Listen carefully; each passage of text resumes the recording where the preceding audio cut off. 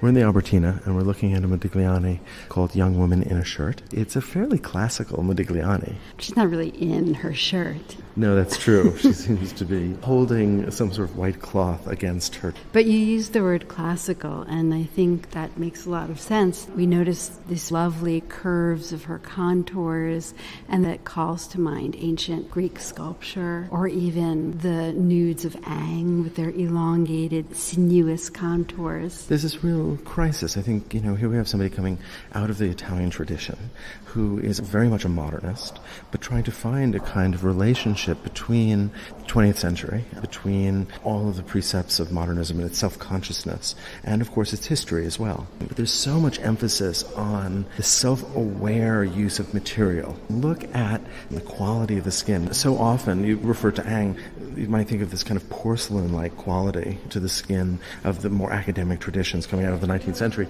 But here you have this very stippled, rough surface that looks as if it's like stucco, that is anything but porcelain and anything besides smooth. Mm-hmm. It is calling attention to itself as material, and more than that, calling attention to the artist's application of that material. You're right, her skin doesn't look like porcelain like an Ang, but on the other hand, it reminds one of fresco or terracotta. There is still that sense of classicism that comes through, and it's important, I think, to remember that this is 1918, after Braque and Picasso have dissolved form and fractured space, and Modigliani is very intentionally painting something that looks timeless and classical. I think that's right. This is first and foremost a nude, and this is the most traditional subject, and there is a tremendous amount of respect for that tradition that's built into this painting.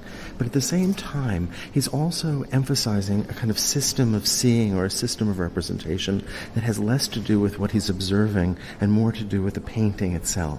And I'm seeing that, for instance, in the way that the limbs are constructed, which seem to be relating to the system of arabesques as opposed to the way the musculature and the skeletal structure is actually defined in this body. Right, but you could say that also about Ang. Oh, that's true, absolutely. Ang begins to play fast and loose with the skeletal structure, but this is Ang on the other side of Braque and Picasso, as you were saying. Right. And there's a kind of shorthand here that Ang would never have taken. For example, if you look at her hands, the left hand that's on her lap is formed by just some orange terracotta-colored paint and then little lines of orangish red for the tops of her fingers. We're talking about the process of making, of the artist finding his forms, finding his lines, finding the methods of representation. And I think Modigliani wants us to have our attention there. Yes, he wants us to see this woman, but at the same time, he wants us to see his process. And he's allowed for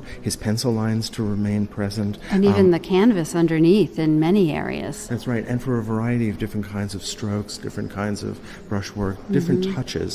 And so there is something very physical and very much process-oriented here that is allowed to remain visible. In a sense, the method of construction, the process, the intellectual thinking through of the method of representation and meaning is made apparent to us. Yeah, I think that's absolutely right. I think that Modigliani is certainly drawing our attention to different kinds of strokes. And the rapidity of some, the carefulness of others, the delicacy of some. In some ways, and this is something that Modigliani does often, by not painting in the eyes, he's allowing us, almost like a classical sculpture, to look at the forms as opposed to the gaze of the figure. By making those eyes, these lozenge shapes without real pupils, to gaze back at us, we are reminded immediately of the abstraction here, of the geometry here, of the form. The early 20th century was such an extraordinary moment when there was all this tension between representation and technique and what that meant in a world that was aware of the process of art making as the art itself.